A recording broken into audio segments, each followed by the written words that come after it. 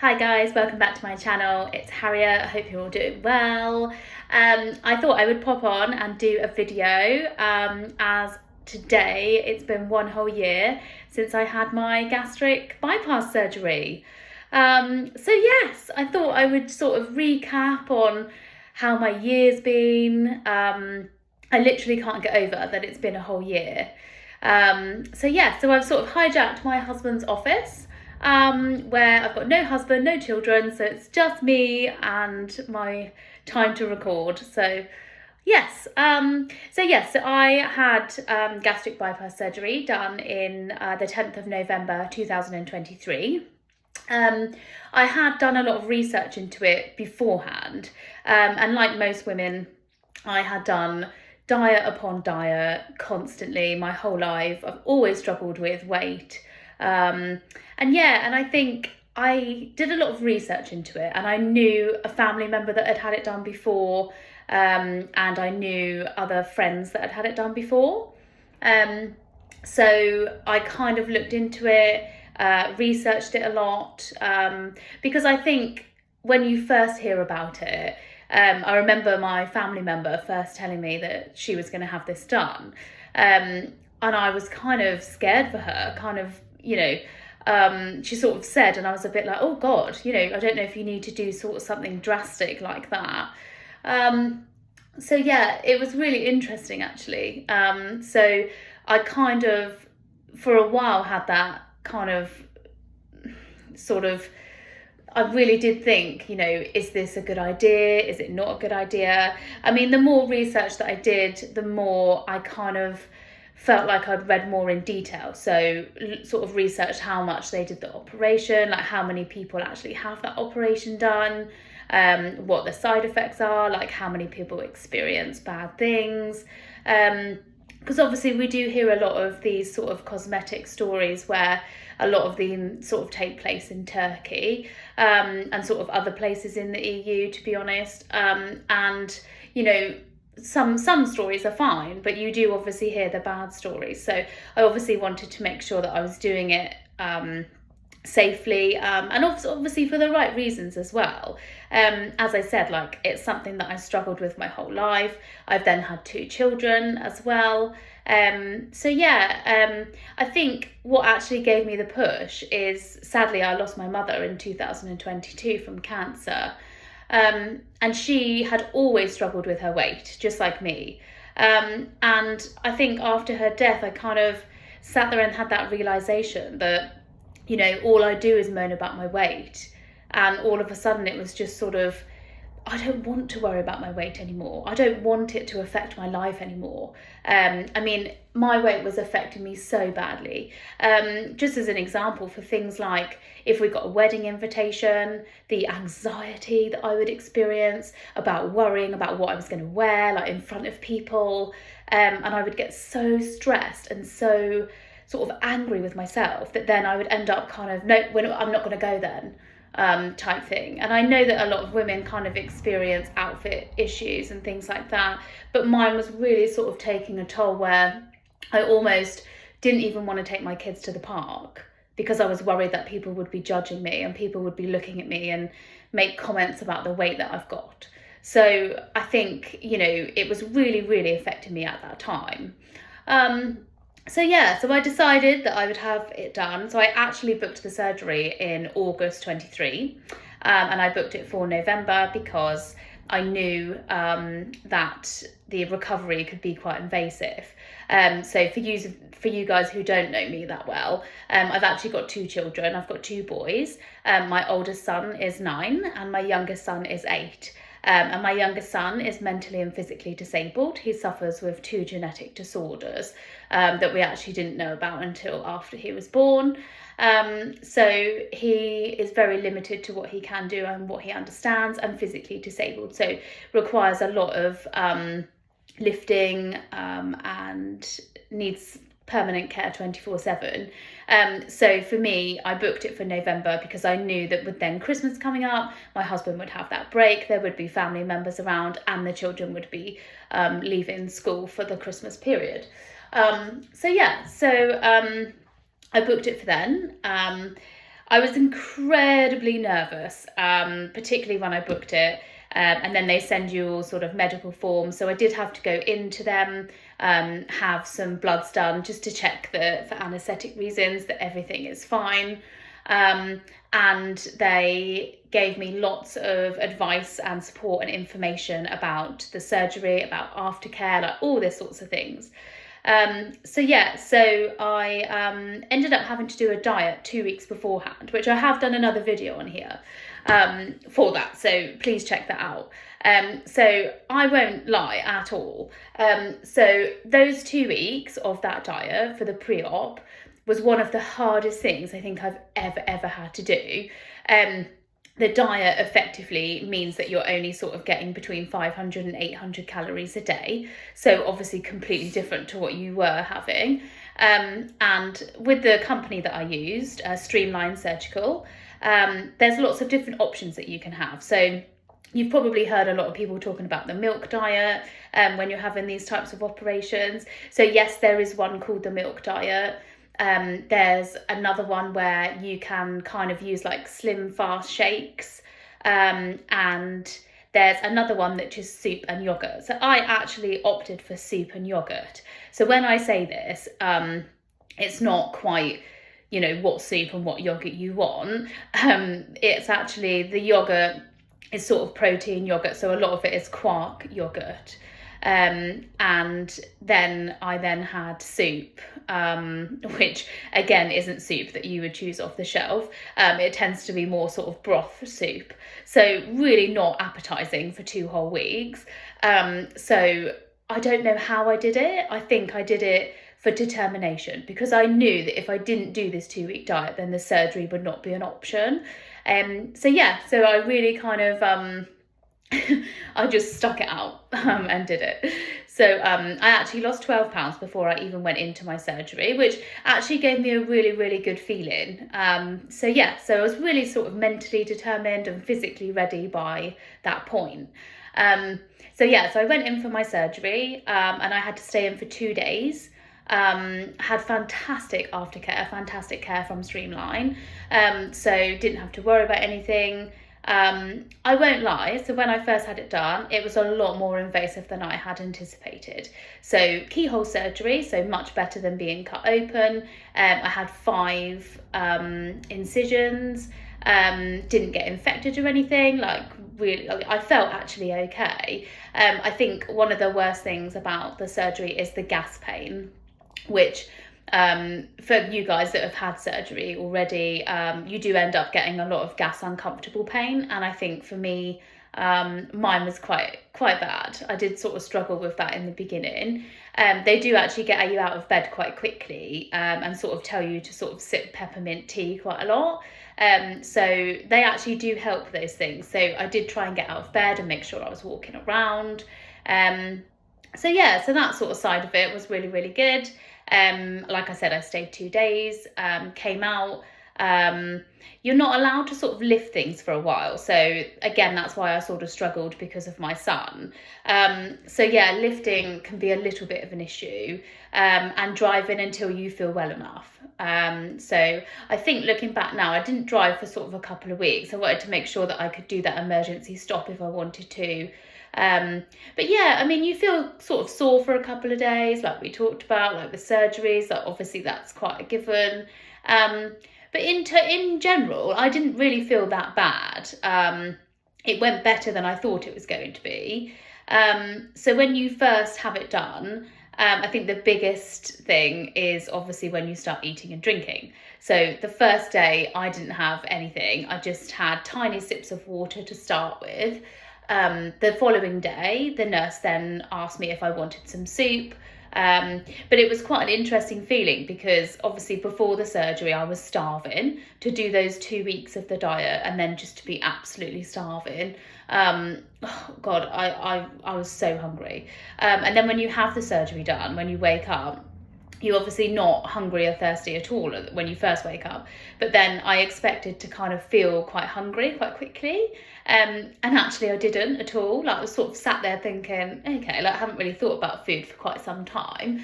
And the nurse sort of asked if I wanted some soup. So I did say yes. So she brought me this soup, and it was mushroom soup, and the amount of it was extremely small. And I remember sort of laughing to myself thinking, God, I'm definitely going to be more hungry than that. Like, that's weird that she's only brought me that amount. And when she gave it to me, she sort of smugly looked at me, like in a nice way, but kind of said, oh, is that enough? You know, and she sort of said, oh, she's like, yeah, I don't think you'll probably manage too much more. She was like, you know, because of the surgery. And she walked away, and I sort of thought to myself, that's so weird. Like, I'm sure I'm going to be more hungry than that. And actually, that day I had 2 spoonfuls of soup, and actually that was me done. So to go from what I used to be eating to that was obviously really, really quite a big jump. Yeah, so that was just, it was very strange. So yeah, I actually struggled more with drinking than I did eating. So sips of water was not a problem, but I am such a big cup of tea drinker, and that for me was quite difficult. So I don't think I managed a full cup of tea for quite some time. So that took quite a lot for me to get used to, because I'm just ever so used to drinking tea. So yeah, so in the beginning, it was very tough, like just not tough physically or pain, but just getting used to the fact that your whole eating and your whole drinking stuff changes.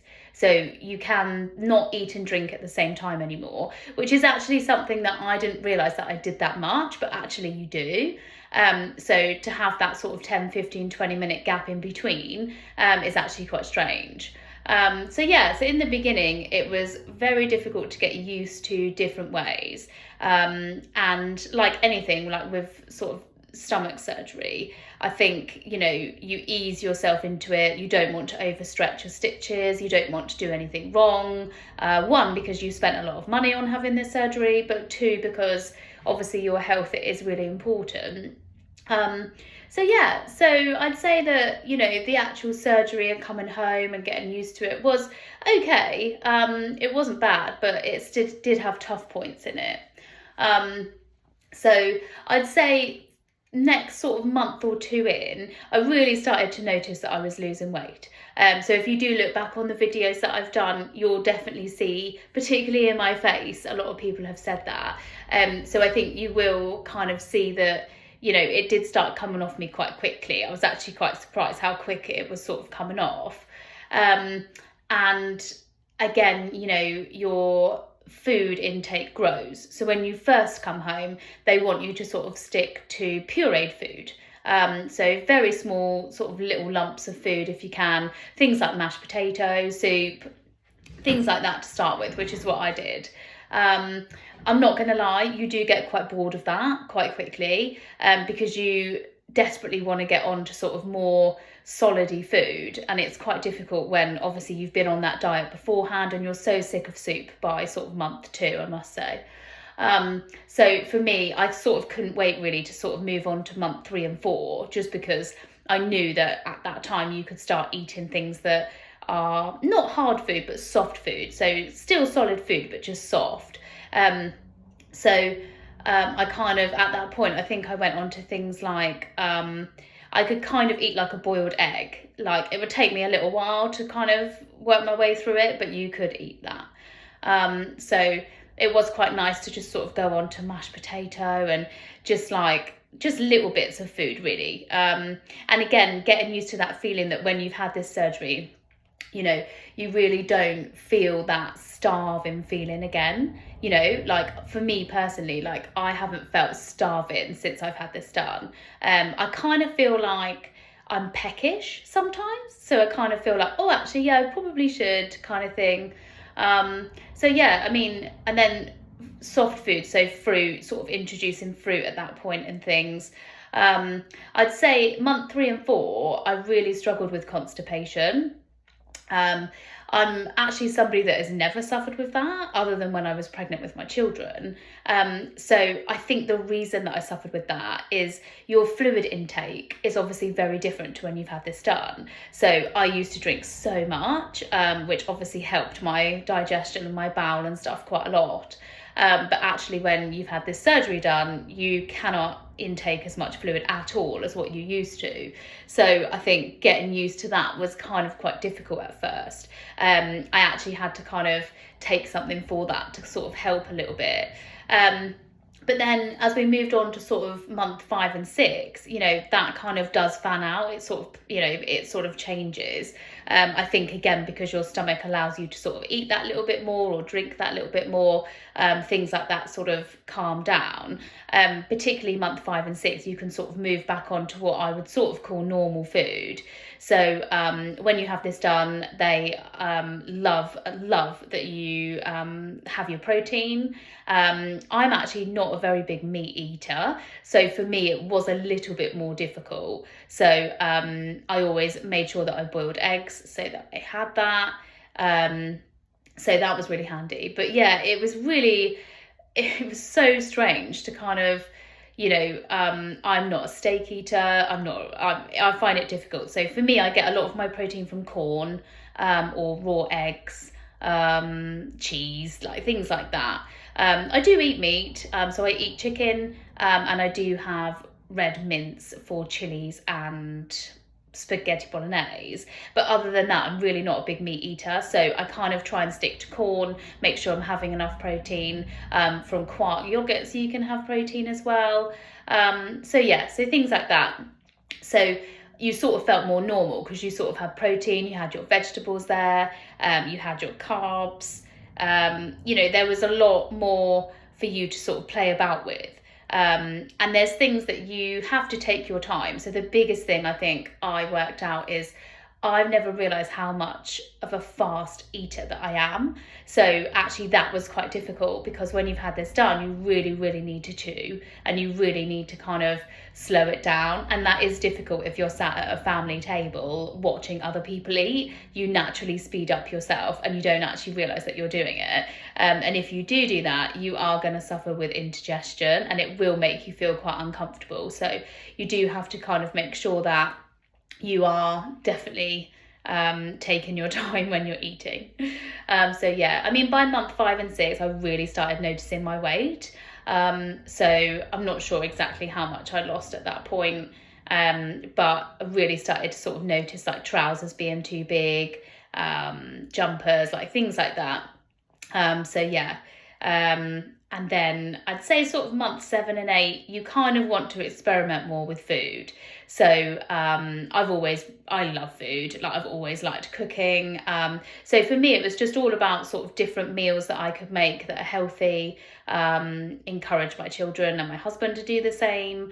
So that sort of time, I think I developed more into kind of, I've always sort of mentioned before in my videos that carbohydrates, so pasta, things like that, stodgy things have always been quite difficult. So at that point, I think I could start eating things like lasagna quite well, pasta bakes. Like I actually used to chop up the pasta quite small so that was a better option for me. So that sort of stuff at that time. And again, sort of notice more weight sort of coming off, which was obviously great. I did start weighing myself every week, probably from about month 4 onwards. I wanted to make sure that I was losing enough, and I wanted to make sure that I was checking in with my dietitians to make sure the weight I was losing was an acceptable amount, just to make sure that, you want everything to sort of go smoothly. Dietitian was happy with the weight that I was losing.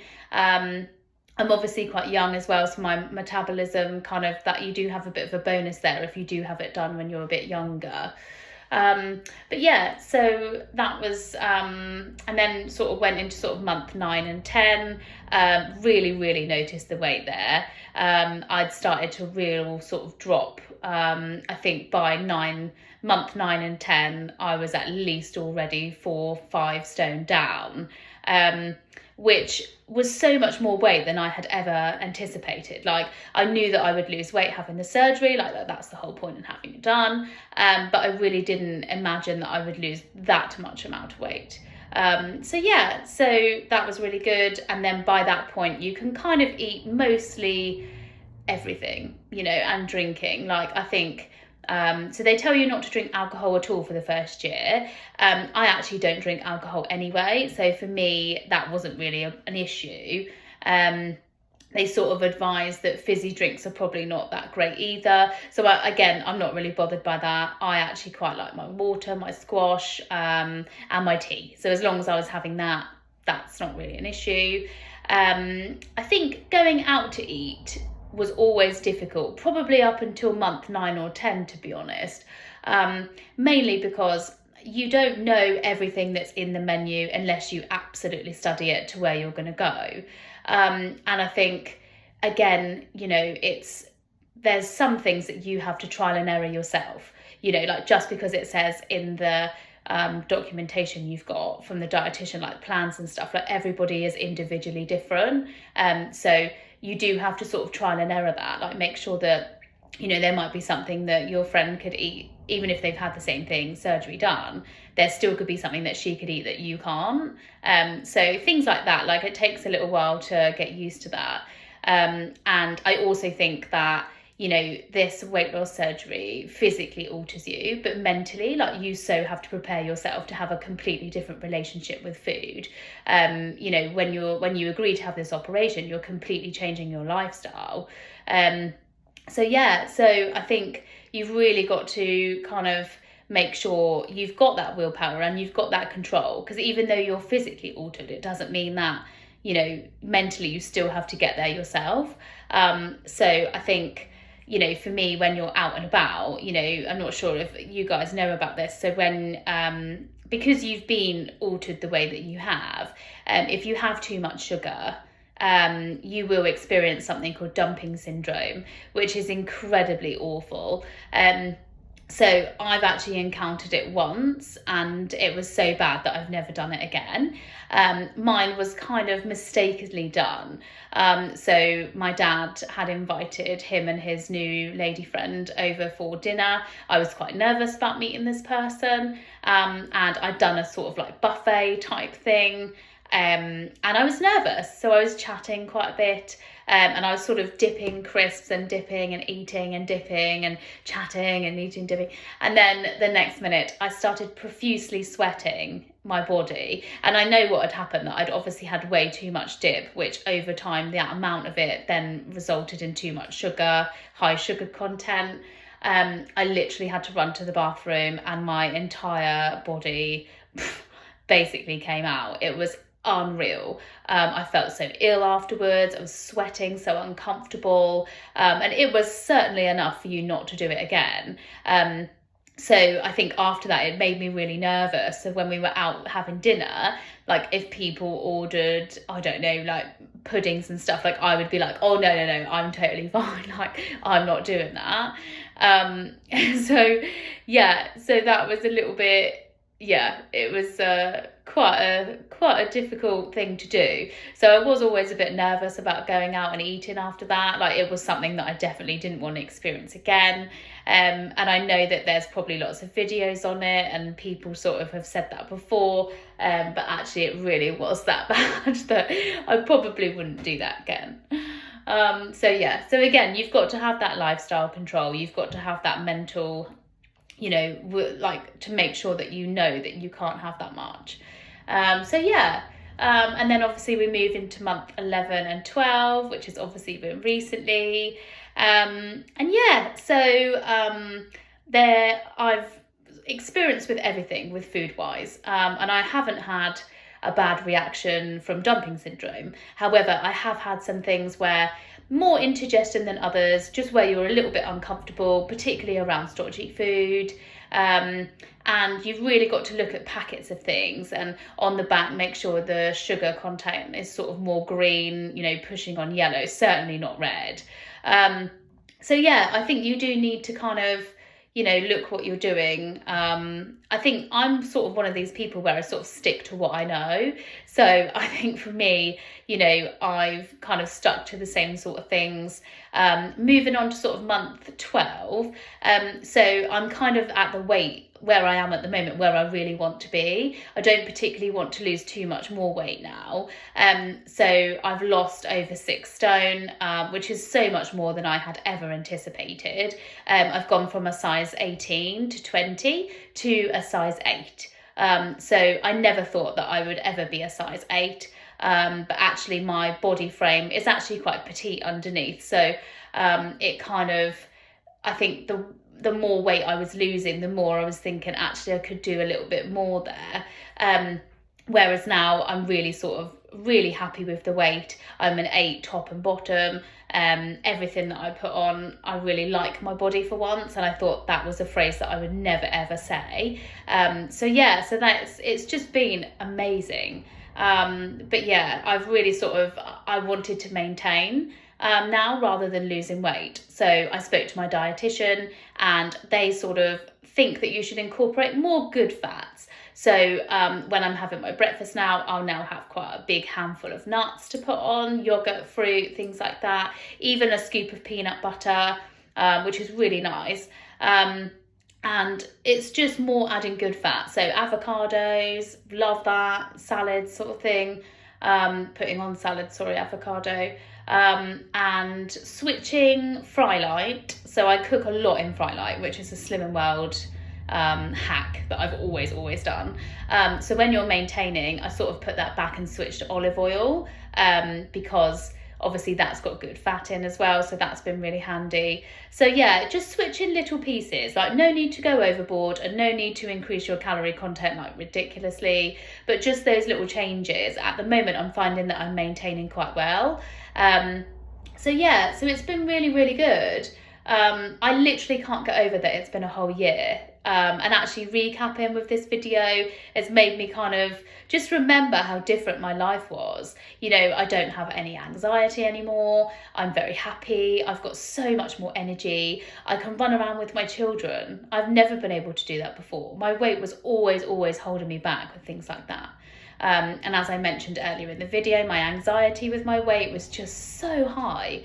And I feel like I really did explore every option until I sort of got to surgery. I do think it's important that you 100% make your decision and you look into it with research rather than just quickly decide.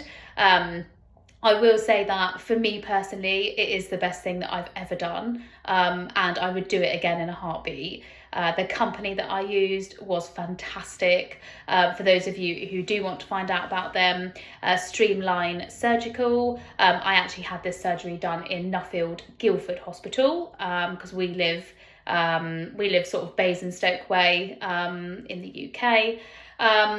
I had a fantastic treatment. I had aftercare, like the dietitian that I check in with is amazing. They regularly check you for your blood so that they know that what you're doing.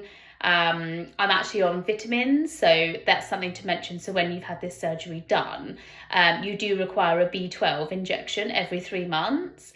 I take a multivitamin, I take a vitamin D, and I take calcium, and I take an iron vitamin. So really important to have these vitamins, more so than you think actually. So quite an interesting thing about it is that I don't think you realise how much your body actually needs. And obviously when you've had this surgery and you're physically altered, then your body can't unfortunately give you all of those from the food intake that you're having and the drink. So it is important to take those, otherwise you are going to feel unwell. But yeah, I mean, overall, I literally feel like a different person. It has completely changed my life in so many different ways. And I will always look back on my journey, and I'm so glad that I did my YouTube video. I'm so glad that I kept all these videos. It's actually so lovely to look back on the journey that I've had and see how much hard work I've done, because even though you're physically altered, you still have to put in so much work. And I will be forever grateful for my family, my husband, my children, my mother-in-law, my dad, my sister-in-law, all these people that really, helped me along my weight loss journey. So I really hope that you like this video. I am celebrating later. we're actually having what are we having? We're actually having bagel pizzas. So we make pizzas on bagels. I actually use the thin bagels, which actually is really nice. So we're celebrating it later. But yes, but thank you so much for tuning in to me and listening to me for this video. I've had a really lovely time sitting here recapping on my whole year. But yes, I literally forever grateful for you guys watching, and I really hope that I've helped other people, because I've mentioned before in my other videos that you know, people doing their YouTube videos was a really big part for me, to watch people and see how, you know, their weight loss journeys were going and sort of what companies they used and things like that. So yeah, so really good.